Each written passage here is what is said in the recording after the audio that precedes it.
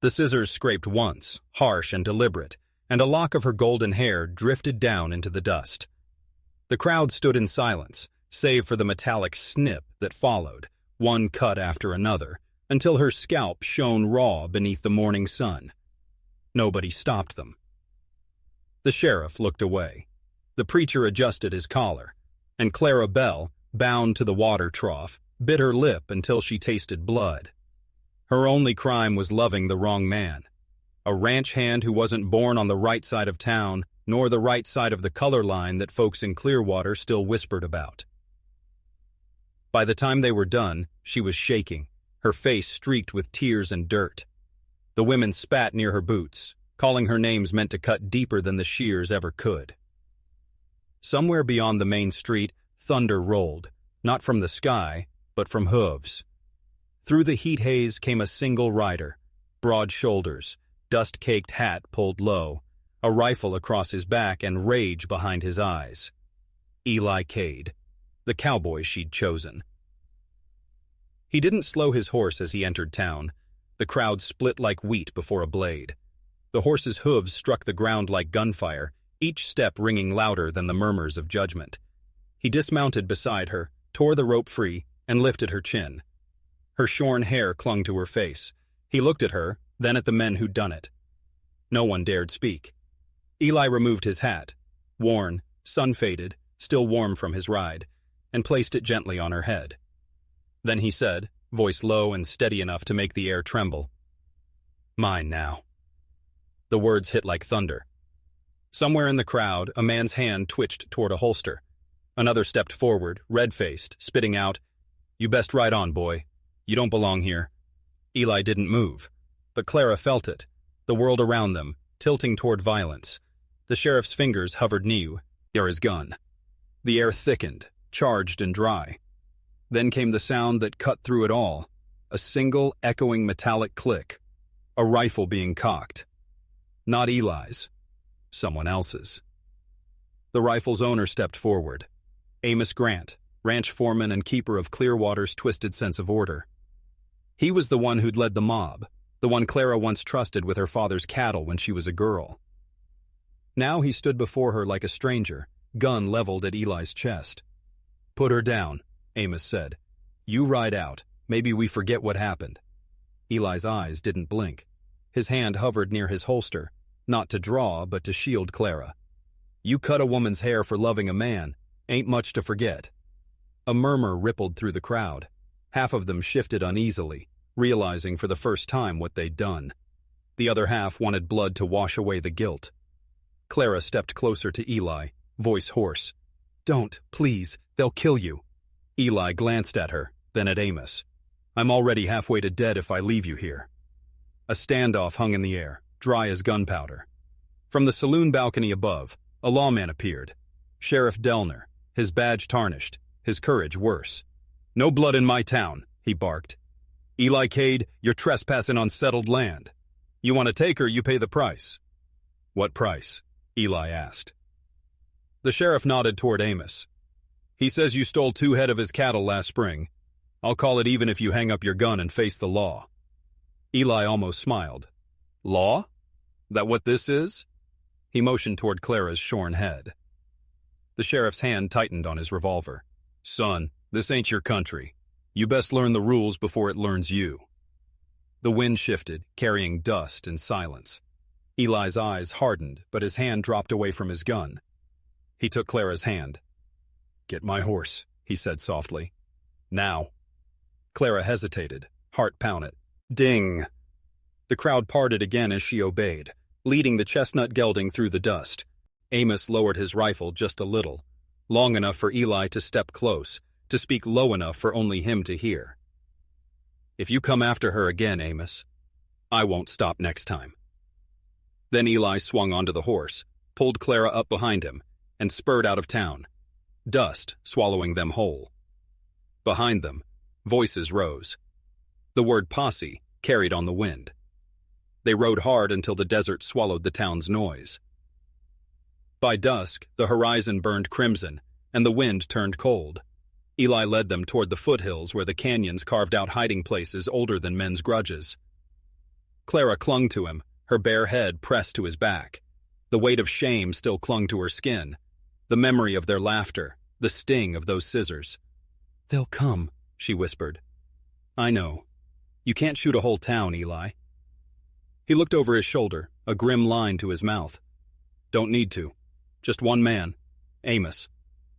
They reached an abandoned line shack near Dry Hollow, a lean-to built from weathered pine, roof sagging but walls strong enough to keep a promise of shelter. Inside, the scent of dust and old smoke lingered. Eli checked his rifle, cleaned it slow, then handed her his canteen. "You rest. We ride before dawn." Outside, the coyotes sang low. The sound seemed to answer the one inside her chest, a cry caught between love and fear. By midnight, the wind changed again. Hoofbeats, distant at first, then multiplying. Clara's eyes flew open. "They found us."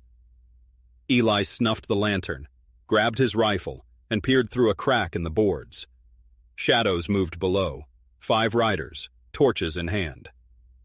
"Amos brought the whole damn ranch," he muttered. Clara trembled. "You can still run. I'll go back. Say it was me who—" He turned to her, fierce. "You think I'd let you go back to that? Not after what they did?" Outside, a voice boomed. "Eli Cade, come out now and maybe Sue. He keeps her life." Clara's breath hitched. Eli looked to the rifle, then back at her.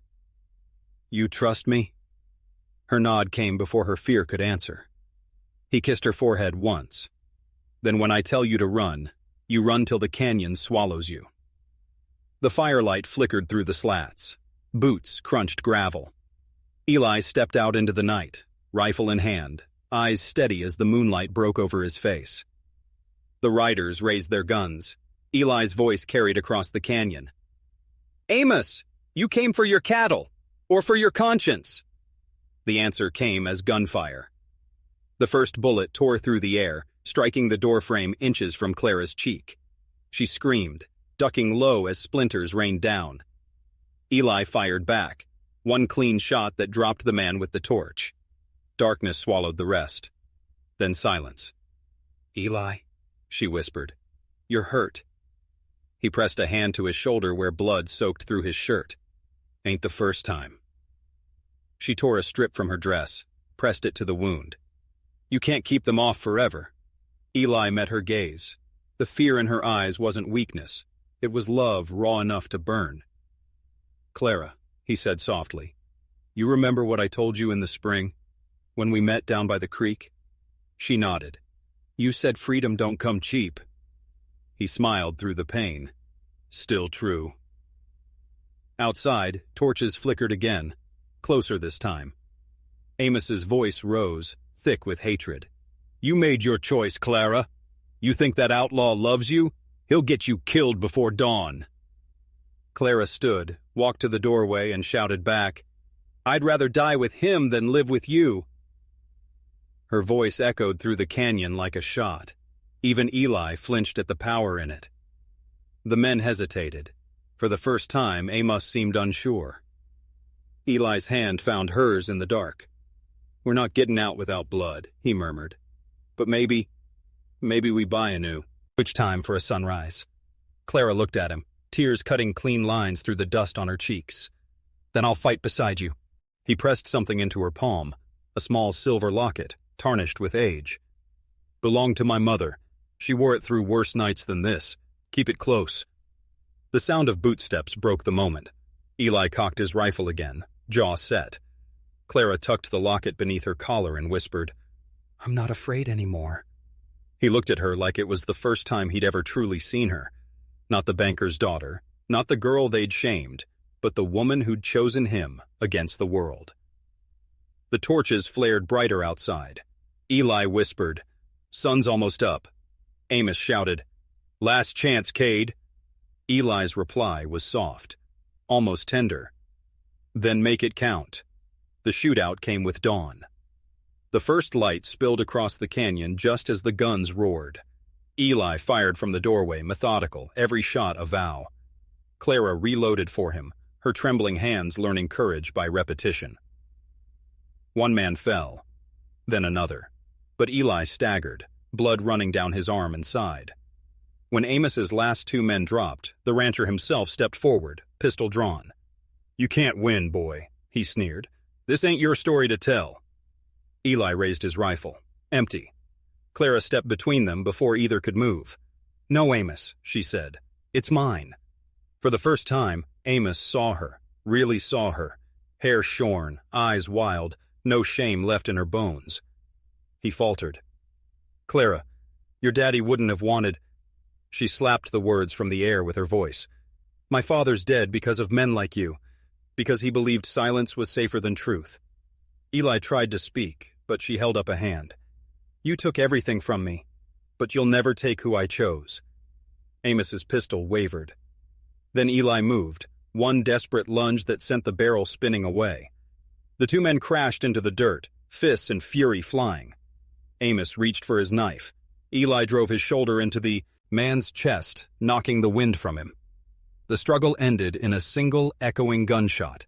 Amos's own weapon, turned by his own hand in the chaos. When the smoke cleared, Eli was still standing, barely. Clara ran to him, catching him as his knees gave way. "Stay with me, Eli, please."